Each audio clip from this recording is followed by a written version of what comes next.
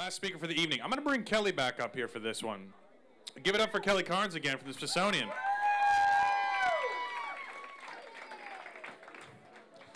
Yes, she's pretty. I just have a really fun story to tell about Craig Saffoe. So Craig Saffoe, who works at the zoo. Saunter this way, my dear. As the big sachet this way.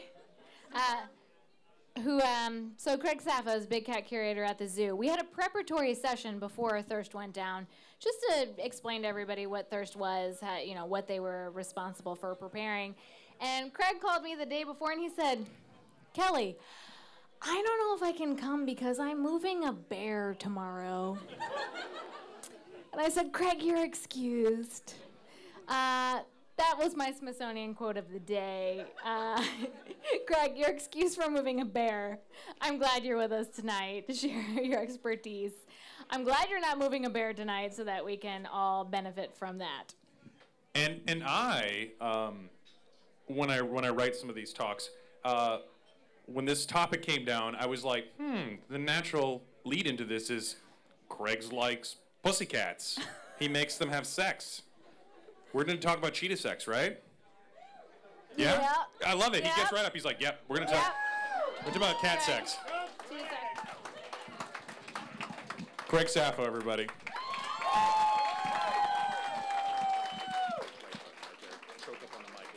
Gotcha. All right, is everybody cool? All right, so we'll talk about sex. That's what I do. Well, part of what I do. So it's when I was asked to do this, it kind of was like, well, what do I talk about? I talk about what I do every day. I guess some people find kind of weird. I put cats together and make them breed, or hope they breed. Hope they breed. Is that better? Right on. But I also wanted to say it's kind of cool to be the one guy who gets to follow Larry Bird. And that's kind of, not many people get to say that.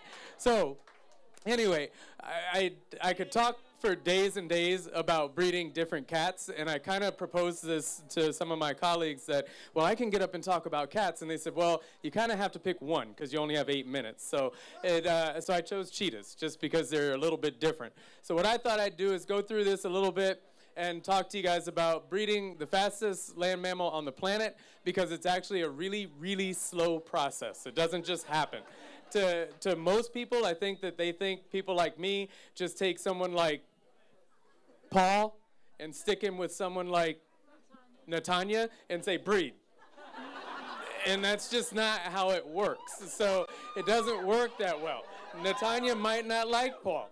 Paul might like Natanya a little too much, and just life goes on. So don't bother reading all this in 8 minutes. I figured basically this is just a timeline, because what do we do at zoos? Well, zoos started out as basically menageries, right? We started out just collecting as many animals as we could, and I'm going to butcher the enunciation of this name, but Jahangir, it's the best I can do. Actually, it was the son of Akbar the Great, and back when they were collecting cheetahs, it was basically like a dick measuring contest. It was, I have the most cheetahs. You have the most cheetahs. Who has the most cheetahs? And they go forward, and nobody cared about measuring what was actually going on with the animals until Akbar's son said, well, let me document everything that I see about these cats. And usually in India at this time, these cats were used as hunting leopards. So that's the main thing that they would do. They would impress their friends with how many cheetahs they could take out and hunt with. Well, Jahangir finally recognized that, well, we can keep 1,000 cheetahs, then 1,000 cheetahs die, and what happens? So he actually was the first person to note when a breeding happened. And it really, if you bothered to read this, it basically says, I don't know what happened. This male was so horny, he jumped the fence, and he bred with this female. And 3 months later, cubs were born. Never happened again until 1956. So, you went, you went more than 300 years without, breeding cats. And that's because we didn't really take the time, and the rest of the timeline is basically just when we started keeping cheetahs at the National Zoo and when we finally bred them at the National Zoo. So it took quite a while, but we finally got it done. We finally got it right. So why did it take so long? I understand I got somebody in trouble by putting this slide on here. Yeah, sperm. Everybody knows what sperm looks like. Well, what's wrong with these sperm? Not one of them is normal. So that's a problem. If you're hoping to get somebody pregnant, you kind of need normal sperm. And you've got some sperm up here just to go through some of the problems. You've got, macrocephalic sperm where the heads are way too big. They're never going to penetrate an egg. You got microcephalic sperm where the heads are just too tiny. You got multiple cephalic heads. That's just crazy. And then some that are just, is going to swim in circles. I think this guy's in trouble down there. He's not making it anywhere. So what we figured out was finally, after years and years and years and years of not breeding cheetahs successfully, we finally figured out, well, let's electroejaculate them and figure out what's going on. Electroejaculation, if you've never heard of it, it is exactly what it sounds like. You take a big rod, about that big, and you Did I just hear electroejaculate? I'm yes, sorry to interrupt did. you. I heard electroejaculate. That'll wake some people up, right? So you electroejaculate these guys. What they found was that 70% of the cheetah's sperm on average was malformed. That sucks. It's not going to equal many babies. So that's what we figured out was, hey, that's the problem. They're not breeding successfully because their sperm is all fucked up. So they did this, and then they figured, well, as every speaker tonight, if you haven't picked up on it, science is questions that lead to more questions, that lead to more questions, that lead to more questions. So you can't just stop there and say their sperm is all messed up. You have to say, well, how does a species get this messed up? And you say, well, it takes years and years and years of inbreeding. Years and years and years, generations and generations of inbreeding. They also did a whole lot of skin grafts, which in 8 minutes I don't have time to talk too much about, but they figured out this species was incredibly inbred.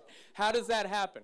It didn't just happen with the advent of humans. This happened long time ago. So Ice Age, what they basically did was put a timeline up and said for a species to be this genetically similar, this species had to be inbreeding for thousands of years. Basically, the species had to go through a genetic bottleneck. Basically, a genetic bottleneck, if you take your beer bottle, you got lots of liquid at the base of your beer bottle, you tip it upside down, the liquid can only come out so fast, so you only have a certain number of genetic material that can make it through that bottleneck. If that happens, then you're fucked. And you're screwed. You can't have much genetic representation left. What it ended up with is that the estimation is in this genetic bottleneck, the ending of the Ice Age caused many species, as my colleagues can tell you better than I can, to go extinct. Woolly mammoths, saber-toothed cats, giant ground sloths and all this. Somehow cheetahs survived. Your guess is as good as mine at how they survived. The estimation is that based on the genetic material that's left in cheetahs today, anywhere from 1 pregnant female to 10 cats survived. How that happened, we don't know. She may have seen the Ice Age coming and gone into a cave as a pregnant animal, gave birth, then obviously bred with her sons and so forth, and you end up repopulating the planet with basically Paul and Netanya. And that's how it works. So, right on. So that ended up with cats who are incredibly genetically similar, and we said, that's it. That's why cheetahs aren't breeding in zoos. Then more questions and more questions and more questions. Somebody finally stood up in, I'm imagining, some room somewhere and said, well, are they breeding in the wild? Well, are they breeding in the wild? Yes, they are breeding in the wild. And that's my gratuitous sex picture, so there it is. So yes, they're breeding in the wild. So what's going on in zoos? Basically, the idea is that we didn't pay enough attention to what goes on in the wild with these cats. Instead of just putting Paul and Netanya together, I have to understand that Netanya is a female cheetah. She's solitary. She doesn't like to be around other cheetahs. So people who come by the zoo and you see one solitary cheetah alone, don't feel sorry for that cat. She doesn't like to be around other cheetahs. She wants to be by herself, unless it's her magic time and she's ready to breed. If it's her magic time, if she's cycling, then we're in good shape. She's going to seek out somebody like Paul, or Paul and his brothers in the case of cheetahs, because Paul lives in a coalition. So Netanya, sorry, you're kind of freaky. There's multiple males live together. So what we figured was we never took the time to pay attention to how cheetahs live in the wild. So instead of looking at them as just two, a male and a female, and sticking them together, we have to look at males live in coalitions. What their mission is in life is to set out this territory, build the nice big house, attract Netanya to the territory. If Netanya comes into the territory, she's ready for some action, so they're ready. If Netanya's role, if you remember, is she roams. she basically just follows gazelle herds or whatever she happens to be hunting. And then when she's cycling, she goes, hey, and she points to males, and that's it. So the actual breakdown is that you have males who set up specific territories, females who migrate and wander through those territories. The males aren't seeking the females.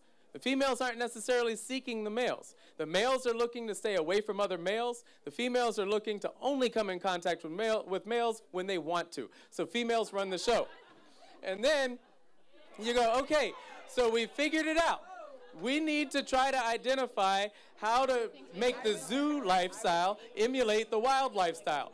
It still didn't work 100% because we don't understand. We are just now beginning to understand the actual biology and physiology of these cats as well. We got the behavior down a little bit, but yeah, that's a cheetah. Is that a penis? That's a penis. Penis.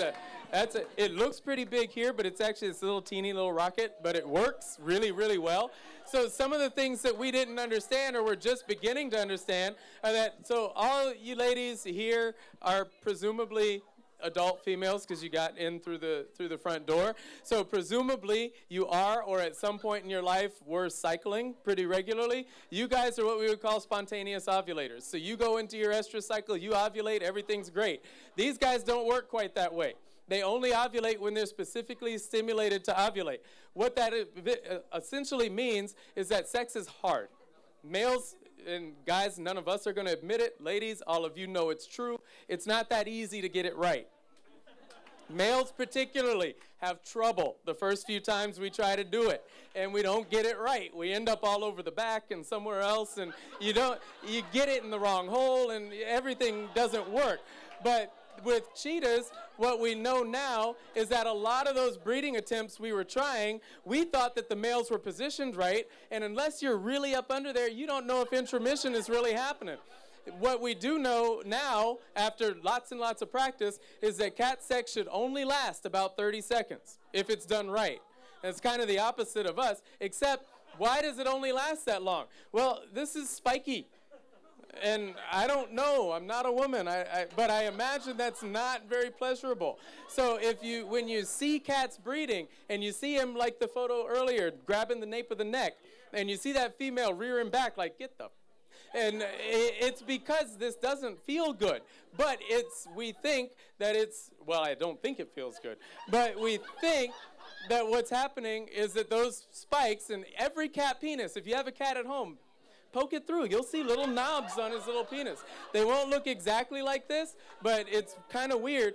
But we think that those little spikes or spines are stimulating ovulation. It's very important. And then when he dismounts, or actually she throws him off, it's because she's had enough. And when he dismounts and he goes back to sniff her rear end and see what's going on, have you ever seen it? And they make those funky faces.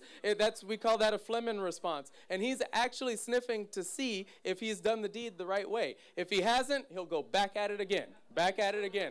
And that, sounds okay, except you got to deal with that again and again and again, and it really stinks. So you have induced ovulation, which can be really, really tough apparently.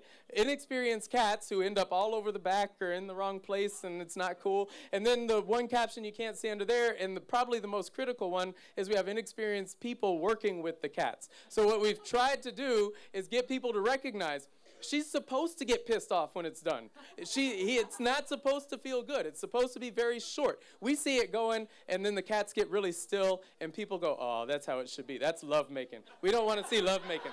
We want to see honest-to-goodness plowing and get it done with.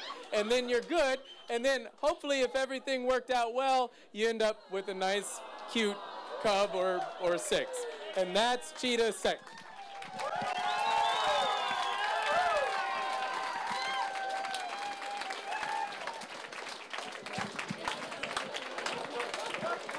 Yes. It's lolcats and sex. That's awesome. Any questions? How you're so excited to talk about cat penises. I'm an insider, so no questions, but can you show the crowd your dedication to cheetahs and show that pointing arm one more time? Oh, yeah. I guess, like Eric said, I guess everybody here is a nerd, or most of us are. Yeah, are you guys nerds? Yeah, So I grew up in a military town where everybody gets tattooed. Right at your 18th birthday, you go and you get a tattoo. Fortunately for me, all of mine turned out to be cats. But I have my cheetah tattoo here. And then to show exactly how much of a nerd I am, I actually got the genus and species name tattooed on my arm. So that's our nerd tattoo. Don't lie. Where's the rest of it? All above the equator. Any other questions for Craig? No questions about cat sacks? All right. Can I buy you a drink? That was sultry. Right on. That's Kelly Carnes, everyone. Smithsonian, classing it up for us. Storied institution of learning and knowledge. Falling over themselves. Love it. All right, guys. Give it up for Craig.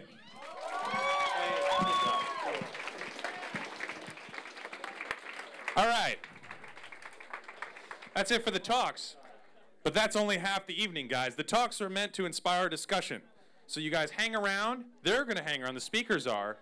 You can hang out, grab them a drink, talk to them about what their research is. We got 3D pictures coming up here, so bring your glasses. We got DG Yorker on the ones and twos, so he's going to be spinning. And hang around. And again, we're going to be back May 31st with our next main event. So thank you again. Stick around. Thank you for coming to Thirsty Seat.